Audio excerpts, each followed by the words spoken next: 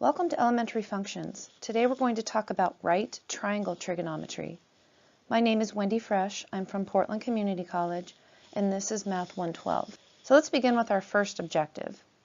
In previous sections, the following relationships were developed. For the point xy on a circle of radius r at an angle of theta in standard position, let the point be on the terminal side of the angle that is on the circle x squared plus y squared equals r squared. Then the following functions can be defined as the ratios of the sides of the corresponding triangle. So there's a lot of words here, but this is a review of what we've done in other sections. What we know is that if we don't have a unit circle, meaning a radius that is 1, then the sine of theta can be defined as not just y, but y over r. And the cosine of theta can be defined as not just x, but x over r. Everything else on this screen follows from previous slides. Although the variables x, y, and r have been repeatedly used, these variables simply represent sides in relationship to some angle. The variables in a right triangle could also be defined as something like this. They could be defined as A and B and C. As a reminder, a right triangle is a triangle where one of the angles is 90 degrees, and the side opposite this angle is called the hypotenuse. The other two sides are simply called legs. From the Pythagorean theorem, these sides are related by a squared plus b squared equals c squared. Again, those are just variables. So if I'm dealing with x, y, and r, then I would simply input x, y, and r. But on our previous slide, we saw a triangle with side lengths of a, b, and c. In terms of these variables, the relationships can be written as, so we would say that the sine of theta is equal to, now if you remember on the previous slide and what we learned earlier, we said that the sine of theta is equal to the y value over the r value.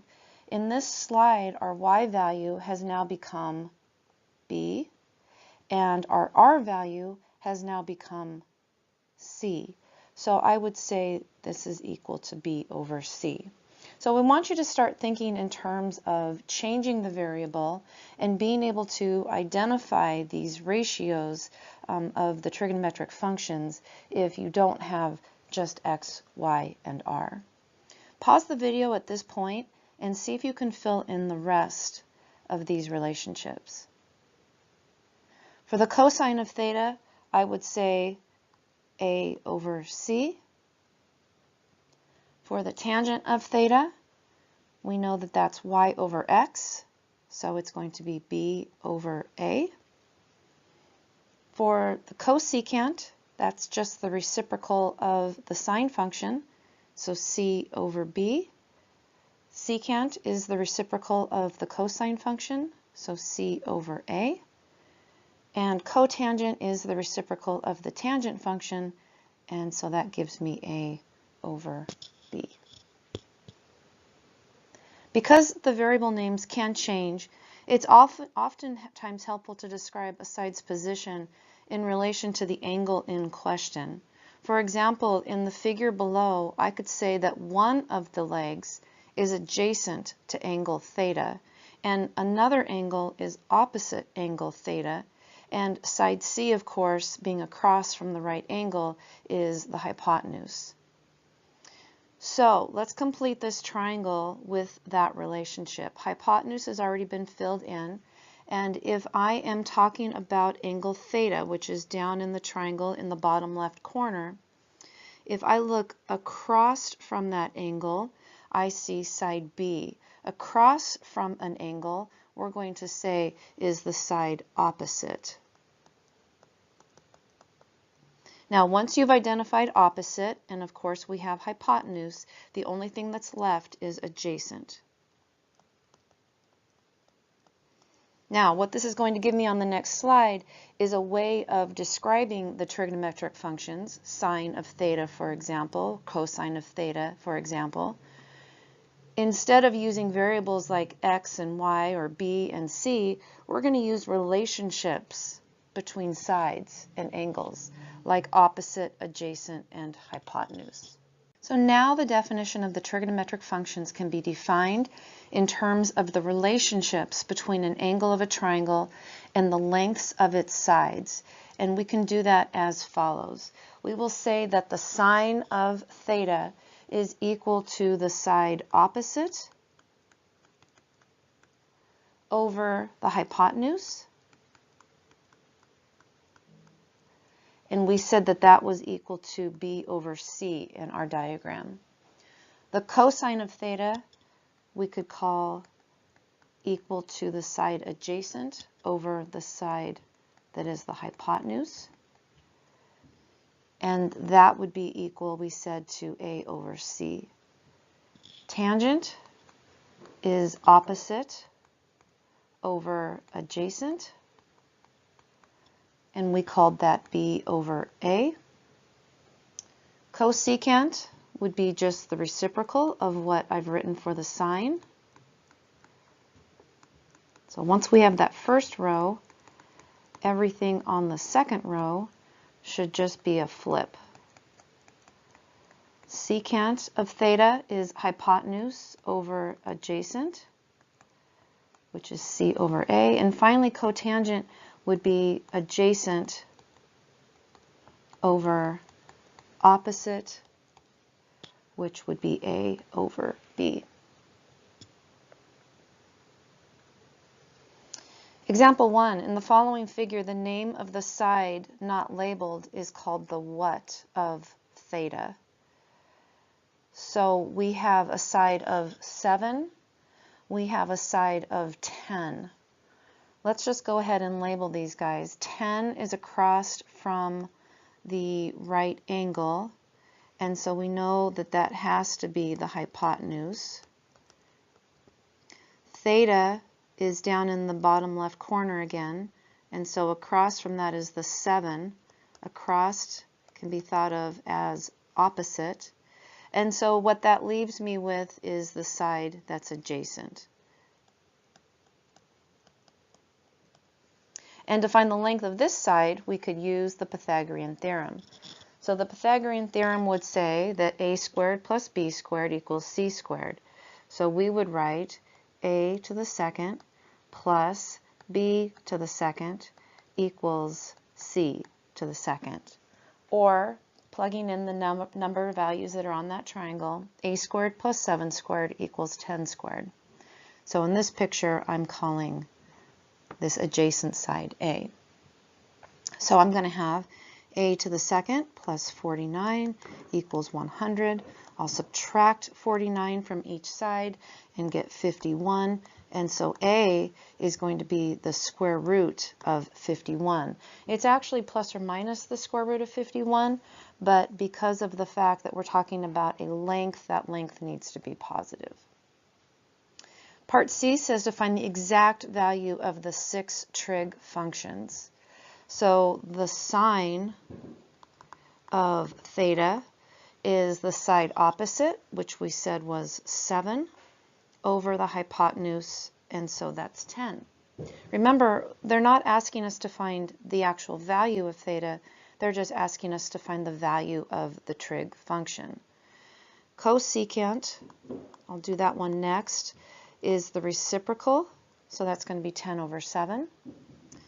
The cosine of theta is the side adjacent, so that's my square root of 51, also over the hypotenuse. The secant will be the reciprocal, so 10 over the square root of 51, and even though that may be a correct answer in some textbooks, I would prefer that you rationalize the denominator. So I'm going to multiply numerator and denominator by the square root of 51 to get 10 root 51 over 51. The tangent of theta is opposite, which is 7 over adjacent, so square root of 51. And cotangent of theta is the square root of 51 over 7. Now, I'm going to go back real quick on the tangent and rationalize that denominator. I chose to wait because I knew that I was going to take the reciprocal, and so I figured I'd wait, and that way my square root of 51 could just sit in the numerator. I'm going to multiply by root 51, and I get 7 root 51 over 51 as a final answer. In a previous section, we stated that if two angles are complementary, meaning they sum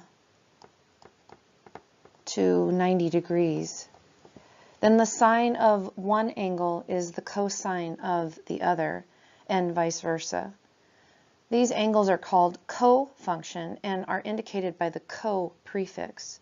For example, cosine and sine, cosecant and secant, and cotangent and tangent. Now, we have seen this before, specifically when we were dealing with the 30, 60, 90 triangle. For example, I believe we said, let me just see if I can sketch out a little circle here. Okay, so this comes from a while ago, almost in the beginning of the course. We had a 30-degree angle and we had a 60-degree angle.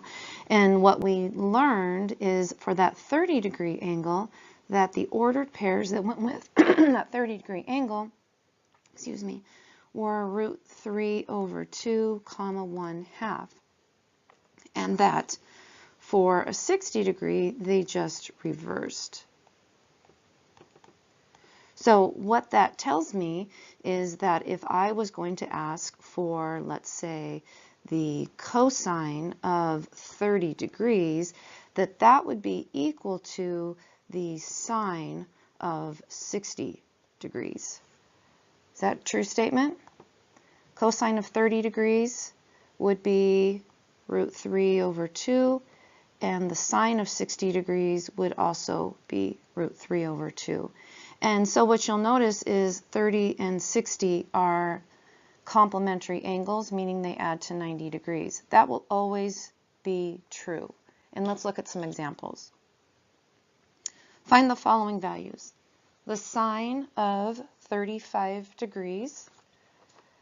The sine of 35 degrees is going to equal its cofunction, which would be the cosine. And in order to find out what that angle is, I'm simply going to find its complementary angle by subtracting 90 degrees. So this would be equal to, what is 90 degrees minus 35 degrees? That should be 55 degrees. Now I said up above that they sum to 90 degrees. That's of course if we are in degrees. We could also be in radians. So let's look at B.